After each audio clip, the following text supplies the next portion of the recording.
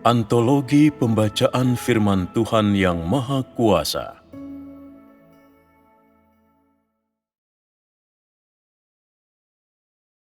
Bagaimana mengetahui watak Tuhan dan hasil yang akan dicapai pekerjaannya?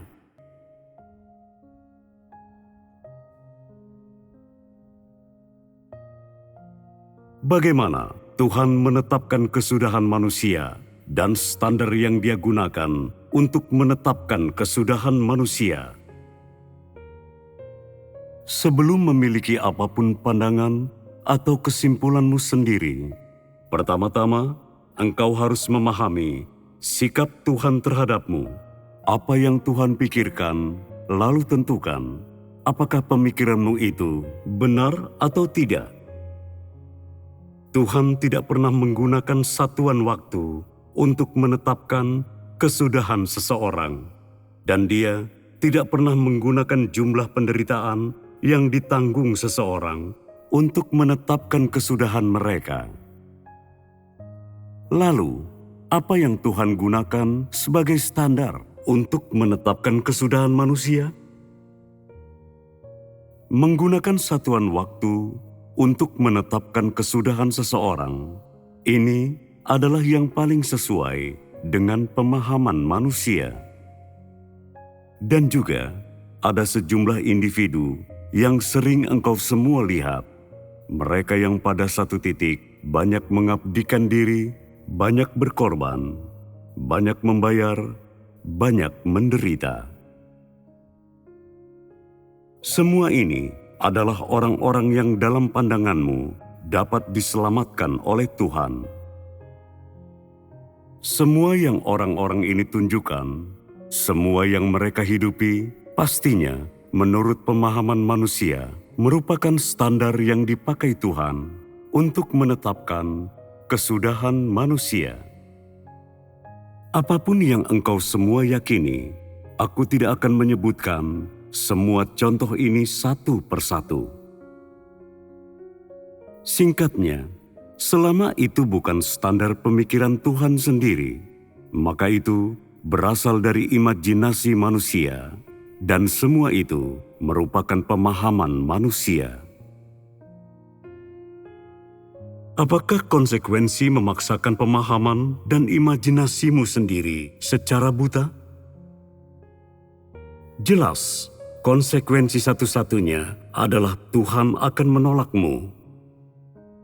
Ini karena engkau selalu memamerkan kualifikasimu di hadapan Tuhan, menentang Tuhan, dan membantah Tuhan. Dan engkau semua tidak mencoba untuk benar-benar memahami pikiran Tuhan, dan engkau juga tidak mencoba untuk memahami maksud Tuhan dan sikap Tuhan terhadap manusia.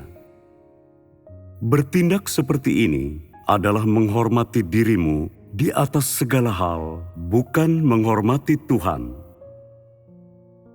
Engkau percaya kepada dirimu sendiri. Engkau tidak percaya kepada Tuhan. Tuhan tidak menginginkan tipe orang seperti ini, dan Tuhan tidak akan menyelamatkan tipe orang seperti ini.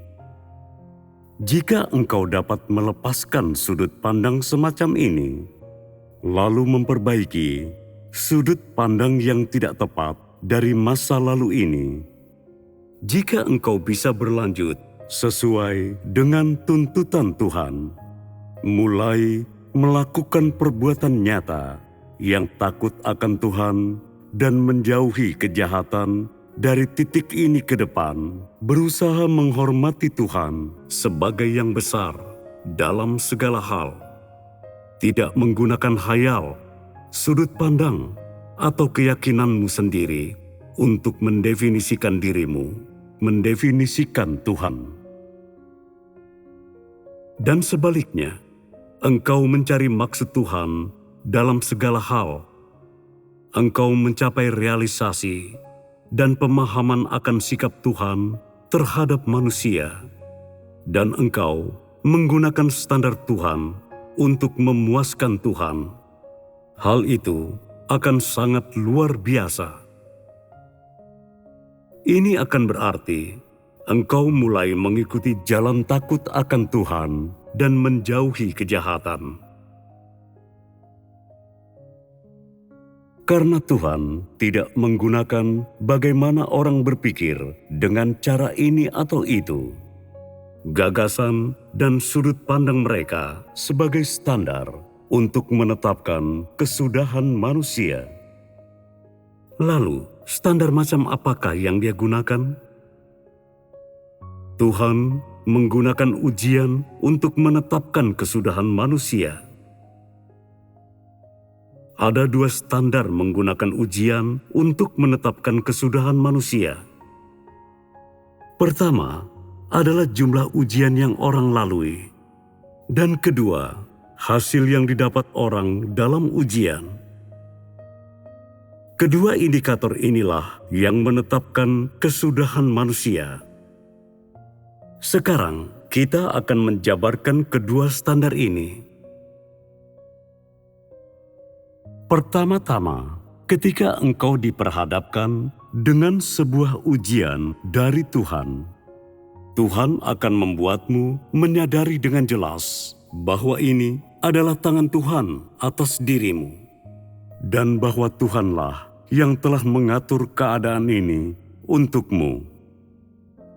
Ketika tingkat pertumbuhanmu tidak matang, Tuhan akan mengaturkan ujian guna mengujimu.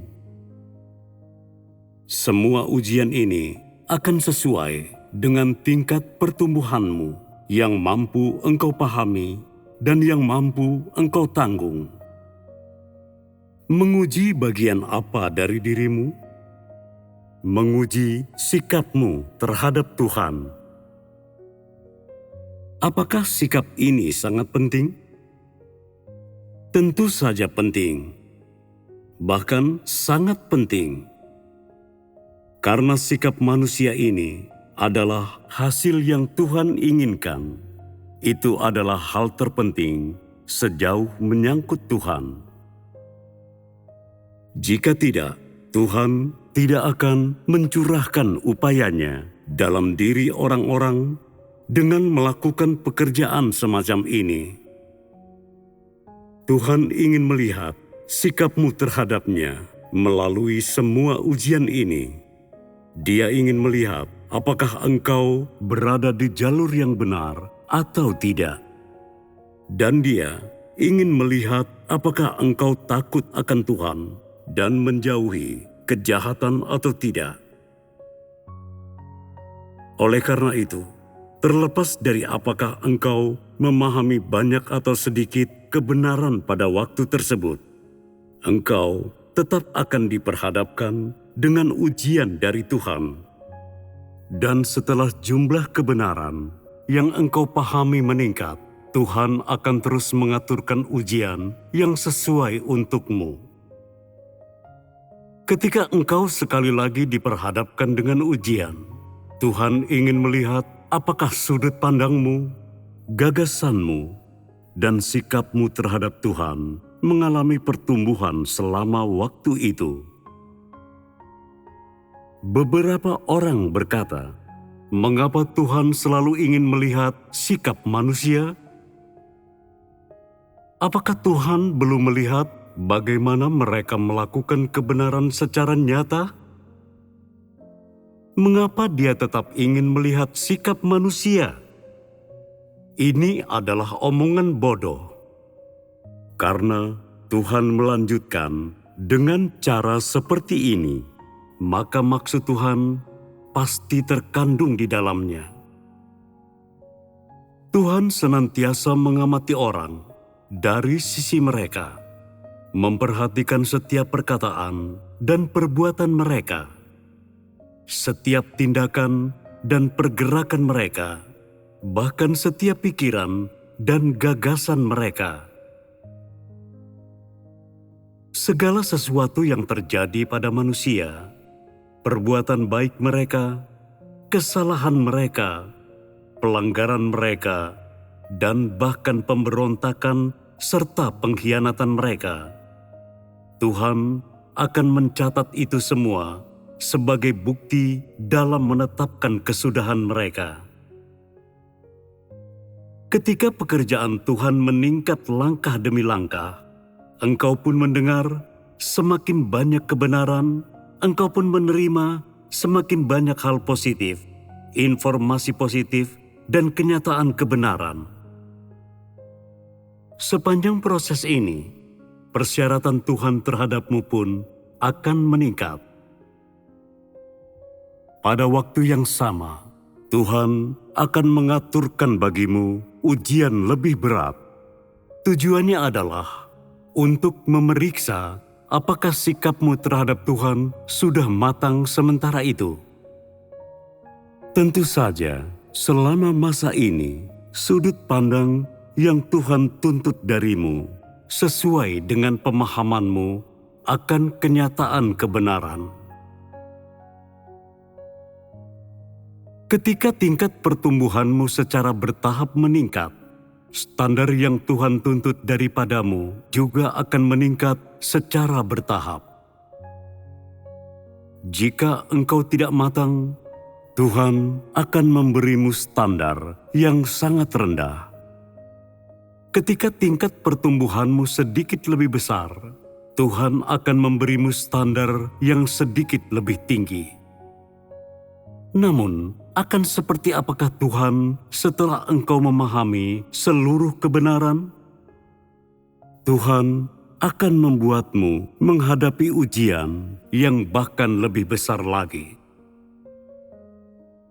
Di tengah ujian ini, yang Tuhan ingin peroleh, yang Tuhan ingin lihat adalah pengetahuanmu yang lebih mendalam dan rasa takutmu yang sejati akan Tuhan. Selama masa ini, tuntutan Tuhan terhadapmu akan lebih tinggi dan lebih keras daripada ketika tingkat pertumbuhanmu lebih tidak matang. Ketika Tuhan memberikan ujian kepada orang, kenyataan seperti apakah yang Tuhan ingin ciptakan? Tuhan terus-menerus meminta agar orang memberikan hati mereka kepadanya. Beberapa orang akan berkata, bagaimana cara orang memberikan hati mereka? Aku melakukan tugasku, aku meninggalkan rumah dan mata pencaharianku, aku berkorban demi Tuhan. Bukankah semua ini adalah contoh memberikan hatiku kepada Tuhan? Bagaimana lagi aku bisa memberikan hatiku kepada Tuhan?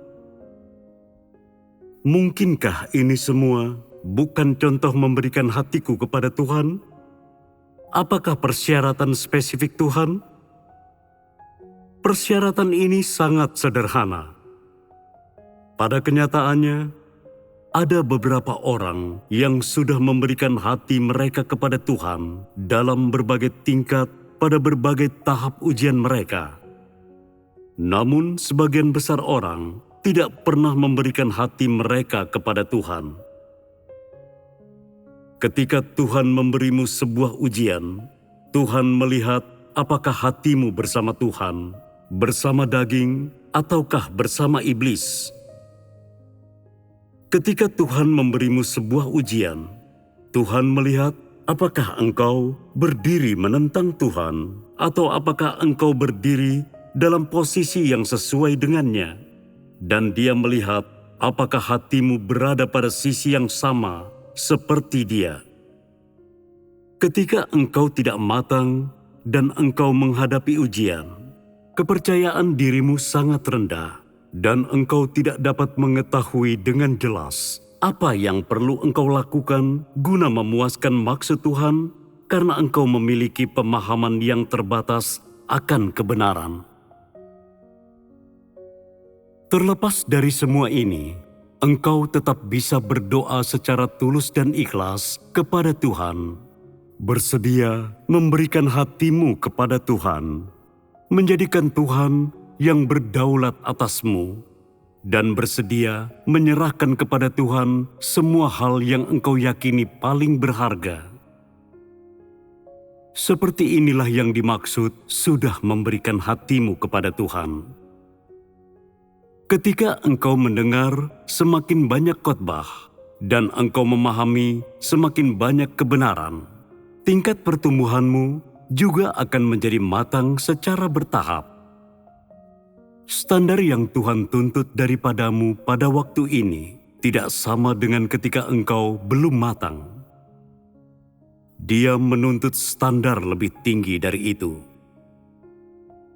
Ketika hati manusia diberikan kepada Tuhan secara bertahap, hati manusia semakin dekat dan dekat lagi kepada Tuhan.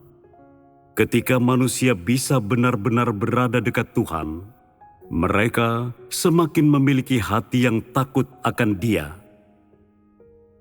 Tuhan menginginkan hati semacam ini.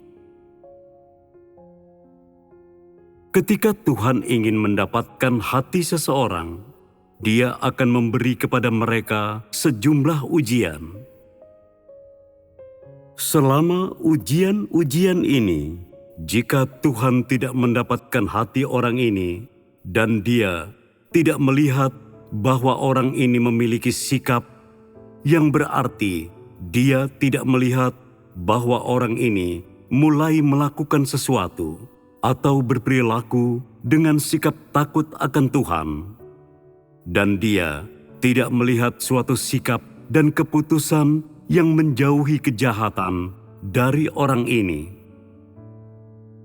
Jika keadaannya seperti ini, maka setelah sejumlah ujian, kesabaran Tuhan terhadap individu ini akan ditarik, dan Dia tidak akan menoleransi orang ini lagi. Dia tidak akan memberi ujian lagi kepada mereka, dan Dia tidak akan lagi bekerja dalam diri mereka. Lalu, apa artinya itu bagi kesudahan orang ini? Ini berarti mereka tidak akan memiliki kesudahan. Mungkin saja orang ini tidak melakukan hal jahat. Juga mungkin saja mereka tidak melakukan apapun untuk mengganggu atau mengacaukan. Juga mungkin saja mereka tidak menentang Tuhan secara terbuka. Namun hati orang ini tersembunyi dari Tuhan. Mereka tidak pernah memiliki sikap dan sudut pandang yang jelas terhadap Tuhan. Dan Tuhan tidak bisa melihat dengan jelas bahwa hati mereka telah diberikan kepadanya, dan Dia tidak dapat melihat dengan jelas bahwa orang ini berusaha untuk takut akan Tuhan dan menjauhi kejahatan. Tuhan tidak lagi memiliki kesabaran untuk orang-orang ini. Dia tidak akan lagi membayar harga apapun. Dia tidak akan lagi mengulurkan belas kasih, dan Dia tidak akan lagi bekerja dalam diri mereka. Kehidupan percaya orang ini kepada Tuhan telah usai. Ini dikarenakan dalam semua ujian yang sudah Tuhan berikan kepada orang ini, Tuhan tidak memperoleh hasil yang Dia inginkan. Jadi, ada sejumlah orang yang di dalam diri mereka, aku belum pernah melihat pencerahan dan penerangan Roh Kudus. Bagaimana mungkin melihat hal ini?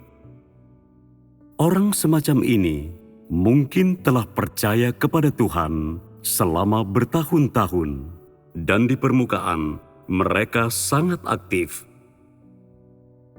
Mereka telah membaca banyak buku, menangani banyak urusan, memenuhi lebih dari 10 buku dengan catatan, dan menguasai banyak huruf-huruf tertulis dan doktrin. Akan tetapi, sama sekali tidak terlihat adanya pertumbuhan, dan sama sekali tidak terlihat adanya sudut pandang terhadap Tuhan dari orang ini. Juga tidak terlihat adanya sikap yang jelas, yang berarti bahwa engkau tidak dapat melihat hati orang ini. Hati mereka selalu terbungkus, hati mereka tertutup untuk Tuhan, sehingga Tuhan belum melihat hati orang ini yang sesungguhnya. Dia belum melihat rasa takut orang ini yang sesungguhnya terhadap Tuhan, dan bahkan dia belum melihat bagaimana orang ini berjalan dalam jalan Tuhan. Jika hingga sekarang Tuhan belum mendapatkan orang sejenis ini, bisakah Dia mendapatkan mereka di masa depan?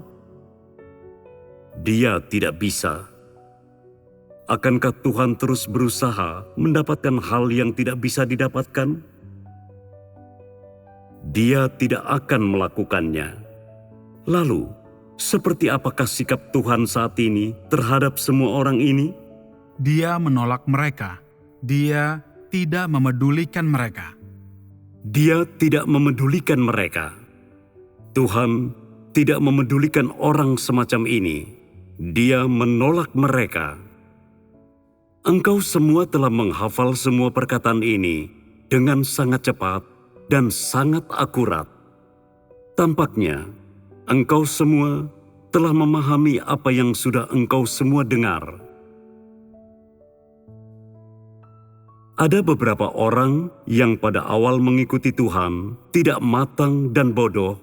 Mereka tidak memahami maksud Tuhan. Mereka juga tidak mengetahui apa artinya percaya kepada Tuhan. Mereka mengadopsi jalan buatan manusia dan salah dalam cara mereka percaya kepada Tuhan dan mengikuti Tuhan.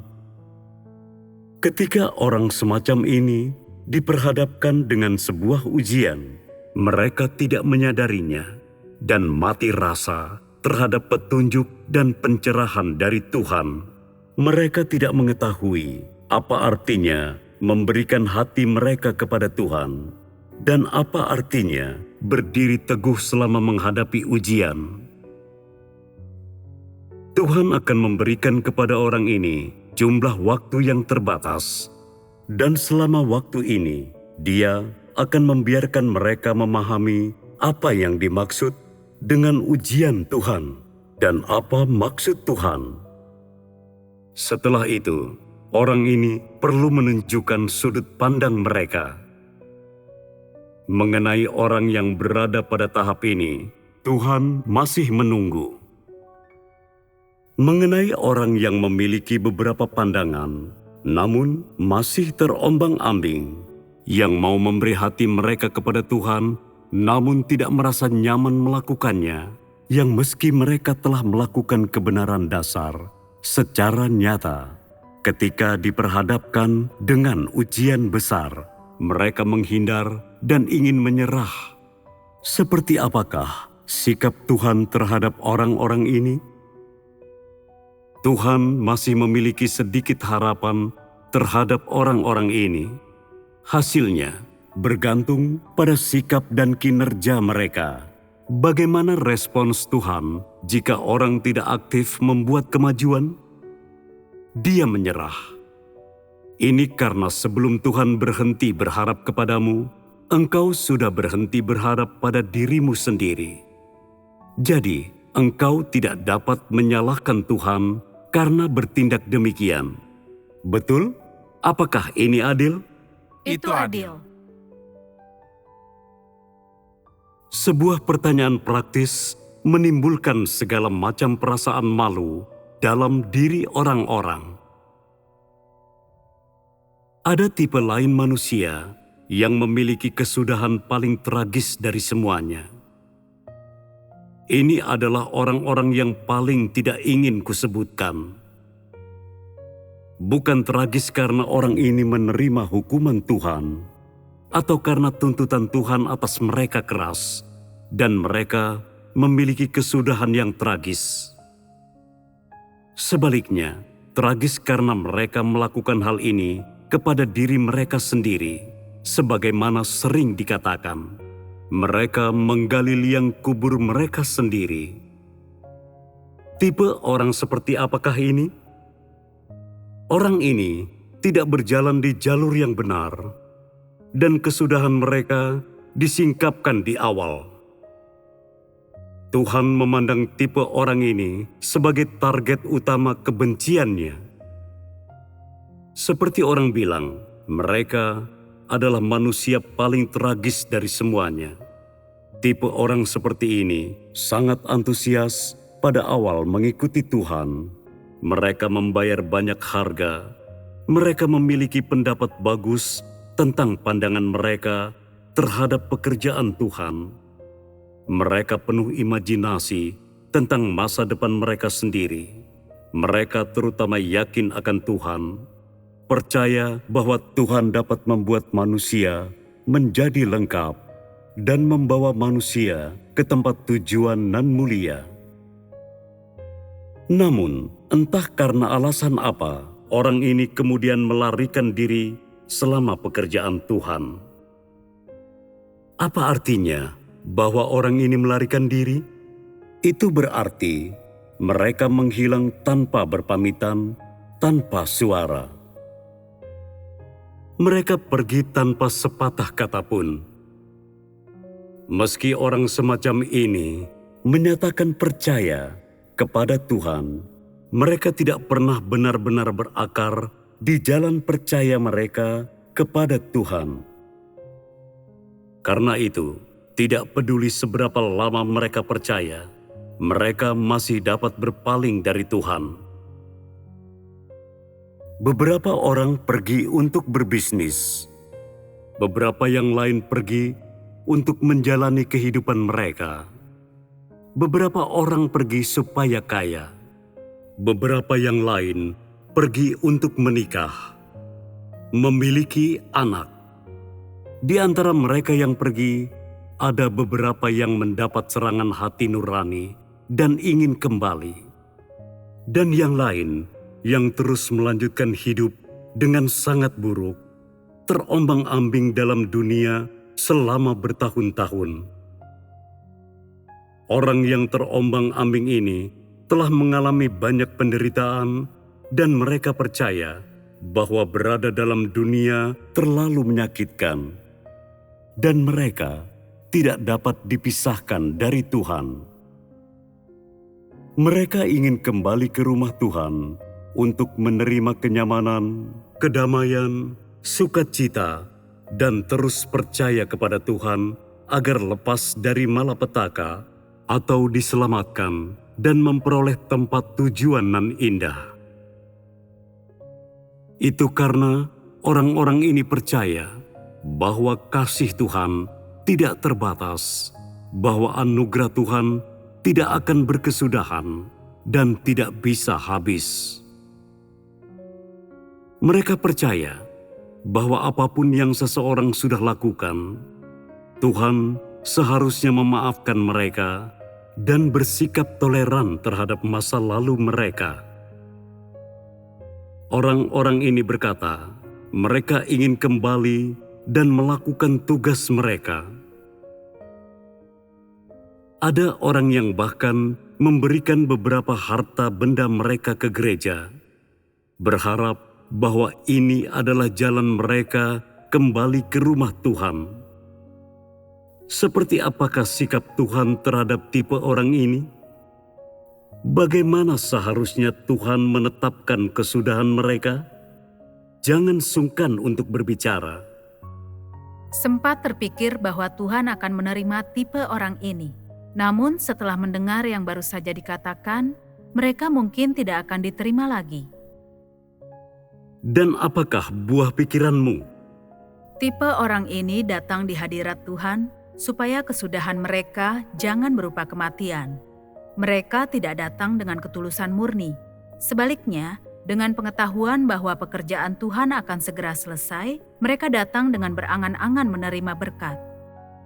Engkau mengatakan bahwa orang ini tidak percaya kepada Tuhan secara tulus. Jadi, Tuhan tidak dapat menerima mereka? Apakah benar demikian? Ya, pemahamanku adalah orang semacam ini seorang oportunis dan mereka tidak percaya kepada Tuhan secara tulus. Mereka belum percaya kepada Tuhan. Mereka adalah kaum oportunis. Bagus sekali. Kaum oportunis ini adalah tipe orang yang dibenci oleh setiap orang. Mereka hanya pergi kemanapun angin bertiup dan tidak mau repot melakukan apapun, kecuali mereka mendapatkan sesuatu dari itu. Tentu saja, mereka adalah orang yang hina. Apakah saudara atau saudari lain memiliki sudut pandang? Tuhan tidak akan menerima mereka lagi karena pekerjaan Tuhan akan selesai. Dan sekarang adalah saat kesudahan manusia ditetapkan. Pada waktu inilah orang-orang ini ingin kembali. Ini bukan karena mereka benar-benar ingin mengejar kebenaran. Mereka ingin kembali karena mereka melihat malapetaka berdatangan atau mereka dipengaruhi oleh faktor eksternal. Jika mereka benar-benar memiliki hati yang mencari kebenaran, mereka tidak akan pernah melarikan diri di tengah jalan. Apakah ada pendapat lain? Mereka tidak akan diterima. Tuhan benar-benar sudah memberi mereka kesempatan, namun sikap mereka terhadap Tuhan selalu tidak memedulikan dirinya. Apapun maksud orang ini, dan bahkan jika mereka benar-benar bertobat, Tuhan tetap tidak akan menerima mereka. Ini karena Tuhan telah memberi mereka banyak kesempatan, namun mereka telah menunjukkan sikap mereka. Mereka ingin meninggalkan Tuhan. Oleh karena itu, ketika mereka kembali sekarang, Tuhan tidak akan menerima mereka.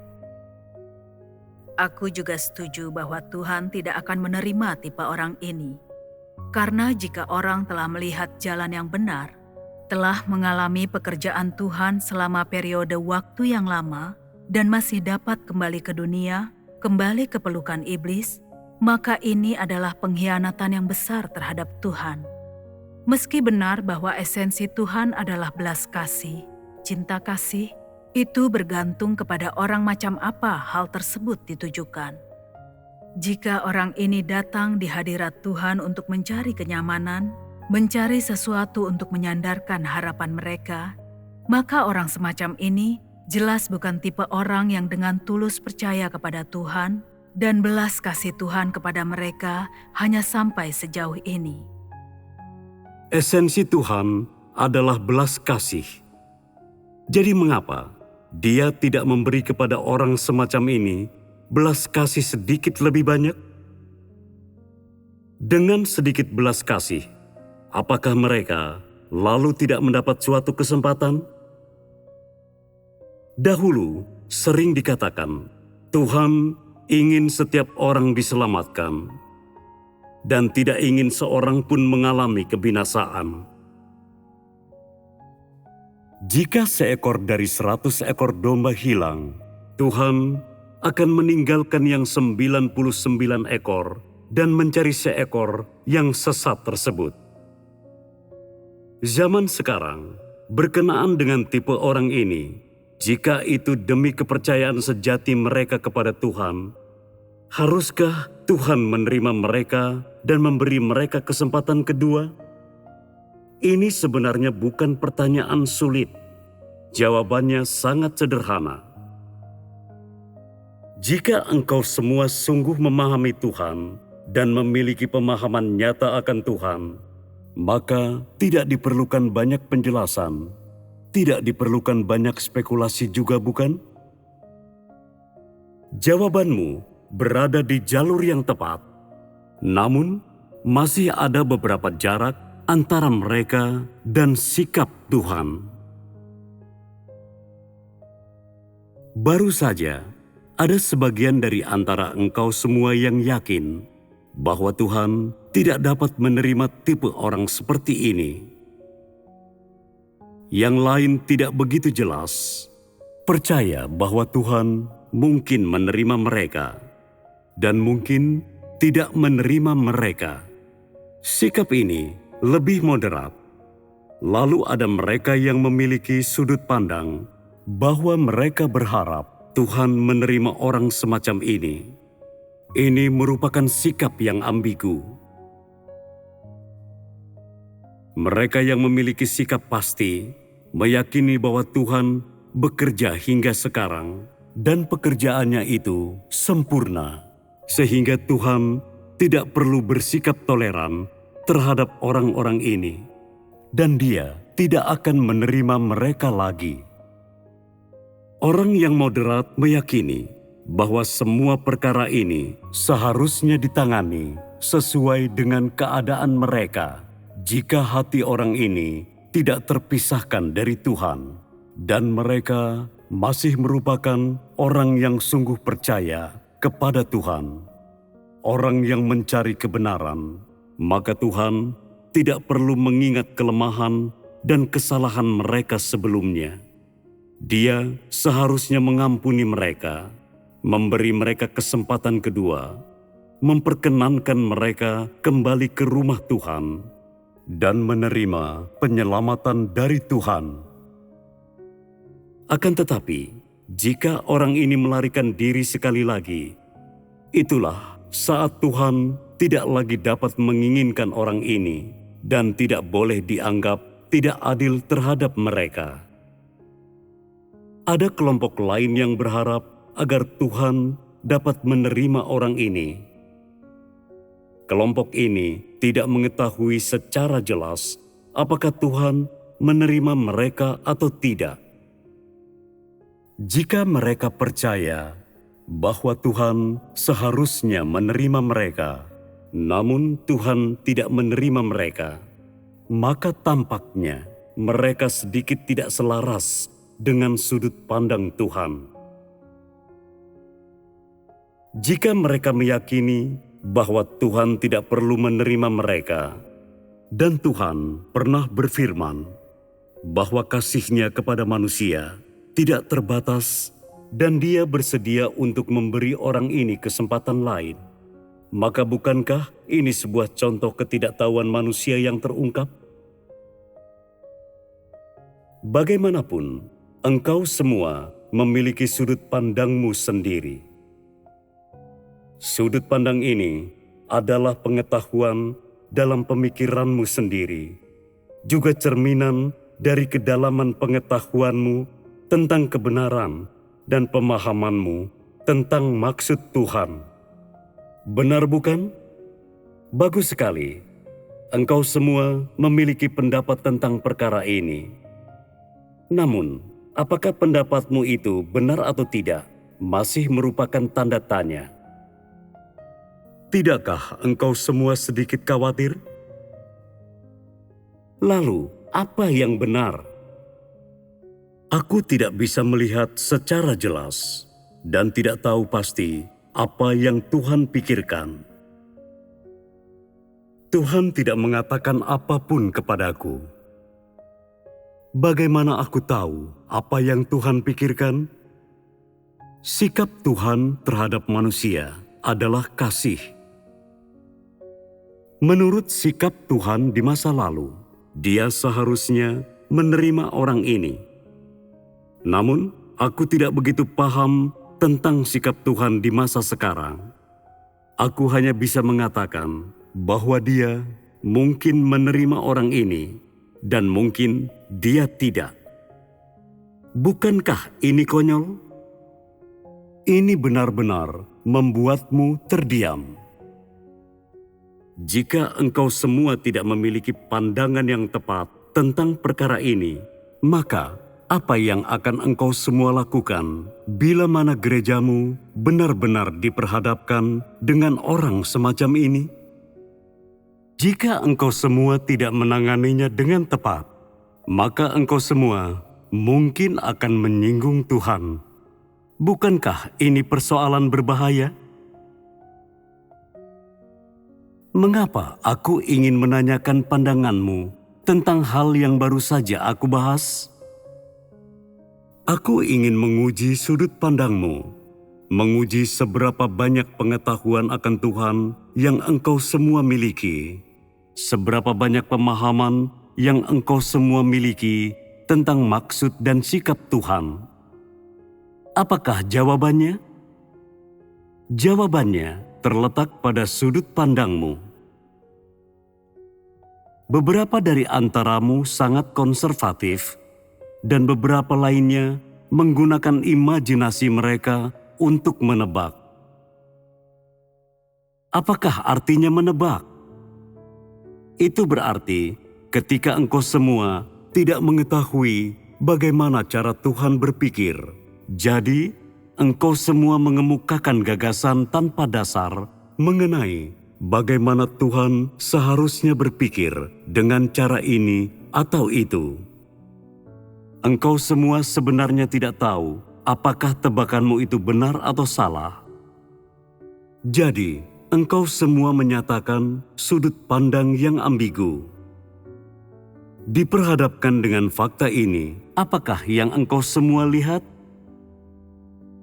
Ketika mengikuti Tuhan, orang jarang memberi perhatian pada maksud Tuhan, dan mereka jarang memperhatikan pikiran serta sikapnya terhadap manusia. Orang tidak memahami pikiran Tuhan, jadi ketika diajukan pertanyaan terkait maksud Tuhan, terkait watak Tuhan, engkau semua mengalami kebingungan. Engkau semua sangat tidak yakin, dan engkau semua menebak atau mengambil risiko. Apakah sikap seperti ini? Itu membuktikan fakta ini, yaitu bahwa kebanyakan orang yang percaya kepada Tuhan menganggapnya sebagai udara hampa semata dan sebagai sesuatu yang tampaknya ada barang sesaat dan tidak ada sesaat berikutnya. Mengapa aku berkata seperti itu? Karena setiap kali engkau semua diperhadapkan dengan sebuah perkara, engkau semua tidak mengetahui maksud Tuhan. Mengapa engkau semua tidak tahu? Bukan karena engkau semua belum mengetahuinya sekarang, tetapi dari sejak awal sampai akhir, engkau semua tidak mengetahui apa sikap Tuhan terhadap perkara ini. Dikala engkau tidak dapat melihat dan engkau tidak mengetahui sikap Tuhan, pernahkah engkau merenungkannya? Pernahkah engkau mencarinya? Pernahkah engkau menyampaikan tentang hal itu? Tidak. Ini menegaskan sebuah fakta. Tuhan yang engkau percayai dan Tuhan yang sebenarnya tidak ada hubungannya. Engkau yang percaya kepada Tuhan hanya merenungkan kehendak-Mu sendiri, hanya merenungkan kehendak pemimpinmu, dan hanya merenungkan makna firman Tuhan secara dangkal dan sesuai doktrin. Namun, sama sekali tidak benar-benar mencoba untuk mengetahui dan mencari kehendak Tuhan. Bukankah benar demikian? Esensi dari perkara ini sangat buruk. Selama bertahun-tahun, aku telah melihat banyak orang yang percaya kepada Tuhan. Seperti apakah bentuk kepercayaan ini? Beberapa orang percaya kepada Tuhan seolah-olah Dia udara hampa. Orang-orang ini tidak punya jawaban atas pertanyaan tentang keberadaan Tuhan karena mereka tidak dapat merasakan atau menyadari kehadiran atau ketidakhadiran Tuhan, apalagi melihat atau memahaminya secara jelas. Secara bawah sadar, orang-orang ini berpikir bahwa Tuhan tidak ada. Beberapa yang lain percaya kepada Tuhan seolah-olah Dia adalah seorang manusia. Orang-orang ini percaya bahwa Tuhan tidak mampu melakukan semua hal yang tidak mampu mereka lakukan, dan bahwa Tuhan seharusnya berpikir seperti cara mereka berpikir. Orang ini mendefinisikan Tuhan sebagai orang yang tidak terlihat dan tidak dapat disentuh. Juga ada sekelompok orang yang percaya kepada Tuhan seolah-olah Dia sebuah boneka. Orang-orang ini percaya bahwa Tuhan tidak memiliki emosi, bahwa Tuhan adalah sebuah patung. Ketika diperhadapkan dengan sebuah perkara, Tuhan tidak memiliki sikap, tidak punya sudut pandang, tidak punya gagasan, dia berada di bawah kekuasaan manusia. Orang hanya mempercayai apapun yang ingin mereka percayai. Jika mereka menjadikannya besar, maka dia besar. Jika mereka menjadikannya kecil, maka dia kecil. Bila mana orang berbuat dosa dan membutuhkan belas kasih Tuhan, membutuhkan toleransi Tuhan, membutuhkan kasih Tuhan, maka Tuhan seharusnya mengulurkan belas kasih-Nya. Orang-orang ini menciptakan sosok Tuhan dalam benak mereka sendiri dan memaksa sosok Tuhan ini untuk memenuhi tuntutan mereka serta memuaskan semua keinginan mereka, tidak peduli kapan dan di mana, dan tidak peduli apa yang orang ini lakukan. Mereka akan menggunakan khayalan ini dalam perlakuan mereka terhadap Tuhan dan kepercayaan mereka kepada Tuhan. Bahkan ada orang-orang yang percaya bahwa Tuhan dapat menyelamatkan mereka setelah mereka mengusik watak Tuhan. Ini karena mereka percaya bahwa kasih Tuhan tanpa batas, watak Tuhan benar, dan tidak peduli bagaimana orang menyinggung Tuhan, Tuhan tidak akan mengingatnya. Karena kesalahan manusia, pelanggaran manusia, dan ketidaktaatan manusia adalah ungkapan sementara watak orang tersebut, Tuhan akan memberi kepada orang-orang kesempatan dan bersikap toleran serta sabar terhadap mereka. Tuhan akan tetap mengasihi mereka seperti sebelumnya. Jadi, harapan akan penyelamatan mereka masih sangat besar. Nyatanya, tidak peduli bagaimana seseorang percaya kepada Tuhan, selama mereka tidak mencari kebenaran, Tuhan memiliki sikap negatif terhadap mereka. Ini karena meski engkau percaya kepada Tuhan, engkau mungkin menghargai kitab firman Tuhan, engkau mempelajarinya setiap hari, engkau membacanya setiap hari, namun engkau menyingkirkan Tuhan yang sebenarnya. Engkau menganggapnya sebagai udara hampa, menganggapnya seorang manusia, dan beberapa dari antaramu hanya menganggapnya sebagai sebuah boneka. Mengapa aku berkata seperti ini? Karena dari cara aku melihatnya, tidak peduli apakah engkau semua diperhadapkan dengan sebuah perkara atau menemui suatu keadaan. Semua hal tersebut yang ada di alam bawah sadarmu, semua hal yang dikembangkan di dalamnya, tidak satu pun memiliki kaitan dengan firman Tuhan atau mencari kebenaran. Engkau hanya mengetahui apa yang engkau sendiri pikirkan, seperti apa sudut pandangmu sendiri, lalu gagasanmu sendiri, sudut pandangmu sendiri dipaksakan kepada Tuhan. Semua itu menjadi sudut pandang Tuhan yang digunakan sebagai standar yang harus ditaati dengan hati teguh.